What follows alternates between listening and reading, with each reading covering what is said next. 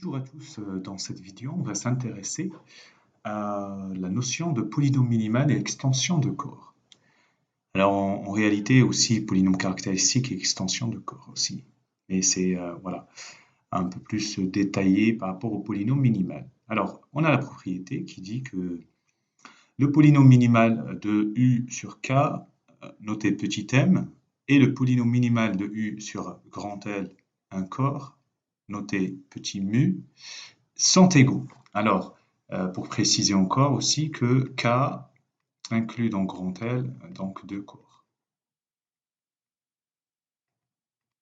Voilà.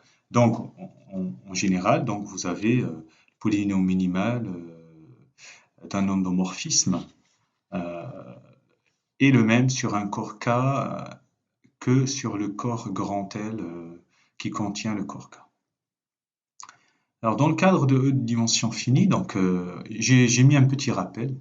Si D est le degré du polynôme minimal de U, alors la famille identité U puissance jusqu'à U puissance D moins 1 forme une base de la sous-algèbre engendrée par E. Voilà. Donc c'est un résultat classique et c'est voilà, à connaître.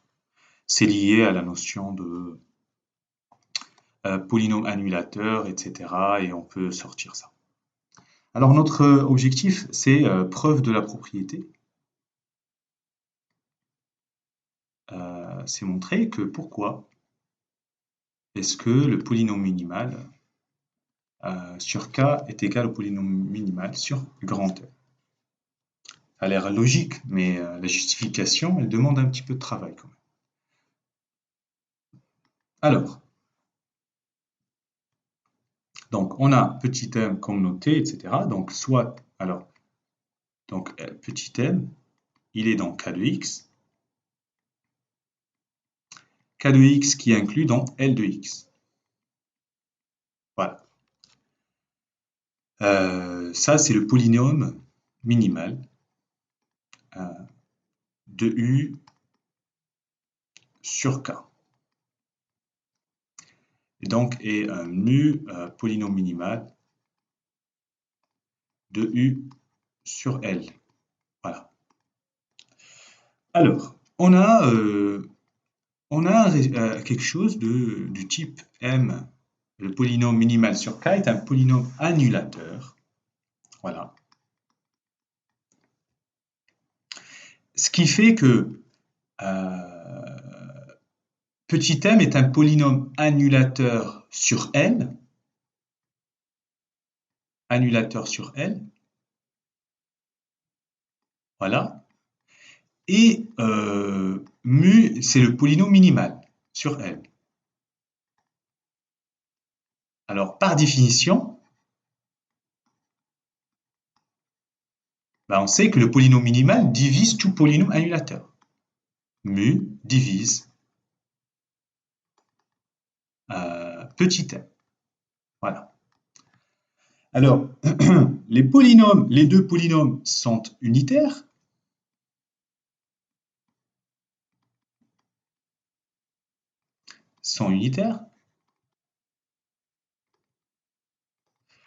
Donc, il suffit de montrer qu'ils ont le même degré.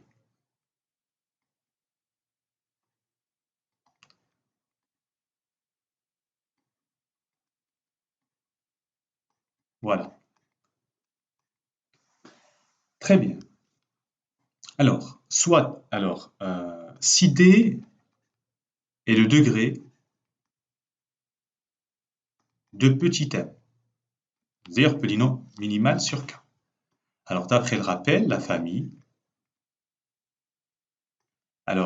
quoi? Identité, U, U carré, etc. U, D-1 est libre. Hein. Alors, on va préciser dans le K espace vectoriel, Mn de K. Ah oui. Donc, alors, la matrice, regardez, la matrice, grand P. Alors, elle est d'ordre n carré D, puisque D, c'est le degré de petit m, à coefficient dans K, qui représente cette famille. Hein. Donc, cette matrice P va représenter la famille qu'on a donnée juste avant en tant que vecteur colonne. Cette famille. Alors, une matrice représente une famille dans une base, dans la base canonique. Canonique de Mn de K.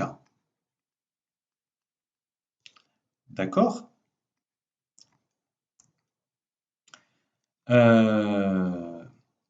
Et donc, de rang D. Voilà, c'est par définition.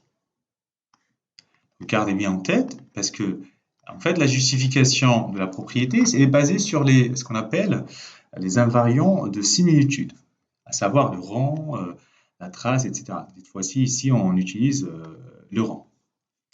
Mais alors, mais P représente aussi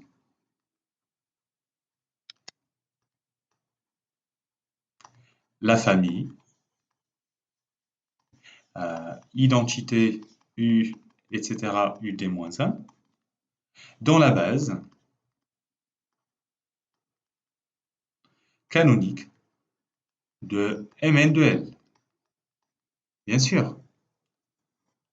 Alors les deux sont constitués des mêmes matrices en fait, constituées des matrices E, I, J. Vous voyez, c'est les matrices de la base canonique. Alors maintenant, la propriété d'invariance du rang montre que, qu'est-ce qu'elle montre? Montre que le rang de P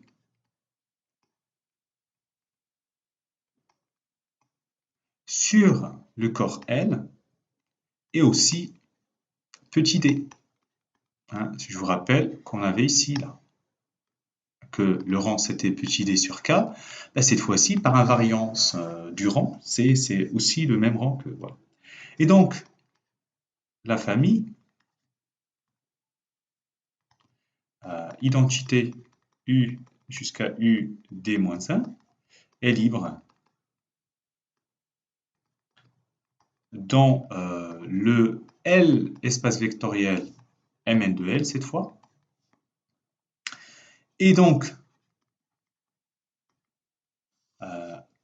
U n'a pas de polynôme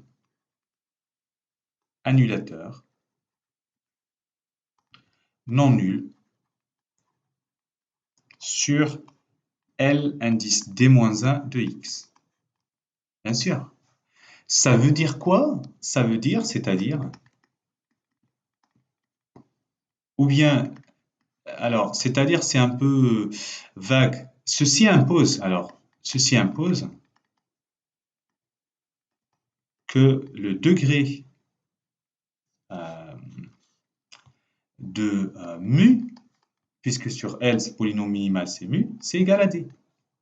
Et donc, on a montré que petit m égale mu, et on a fini la preuve. Voilà.